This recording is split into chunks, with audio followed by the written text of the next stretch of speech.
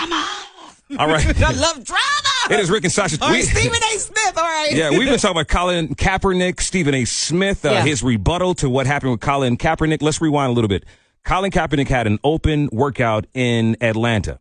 NFL, they had all their restrictions. Colin Kaepernick, being a smart man, said, you know what, I'm going to move this to 41 miles outside Atlanta near the airport in Riverdale. Yeah. So he wanted to make sure everything was clear. You guys, we want to make sure that the press was there, people were there. So you cannot say that I sucked during this workout.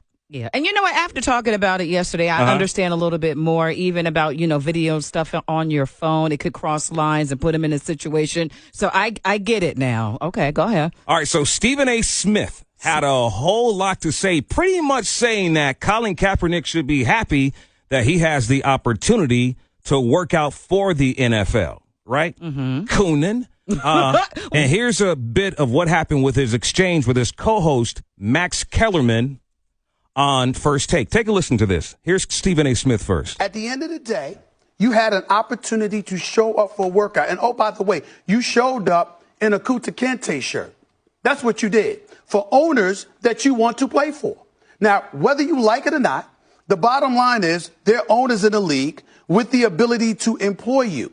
When you want a job, these are not things that you do. Because if you do them, chances are an employer is not going to choose to employ you. That's the reality. Now, this is a black man on ESPN speaking to more than 200 million people every day. Let me just ask you this question. Would you go on an interview with a Kunta Kinte shirt on?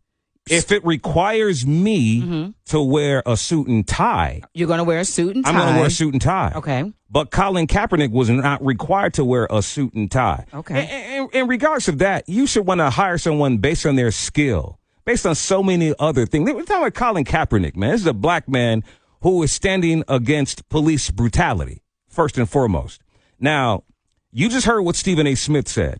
His co-host on the show, First Take, Max Kellerman, is the white Stephen A. Smith, if you will, but not really. He has his own opinion, and I'm happy, but sort of sad that it has to come from a white man to a black man to break it down on how we really feel. First of all, should Kaepernick be grateful to, as I said, a de facto monopoly who has a greater responsibility, to be fair, for being denied his right to work for 3 years for no other reason and by the way, he broke no rules, he broke no laws. What am I to do with my privilege as a white man and as a person on TV with an enormous platform? Am I to support the power structure where injustice is ongoing, or should I speak truth to power using that privilege and that platform? When you say things like, Colin Kaepernick, who are you as a black man who unjustly, and now you're given this opportunity, who are you to ask questions about who the receivers are going to be,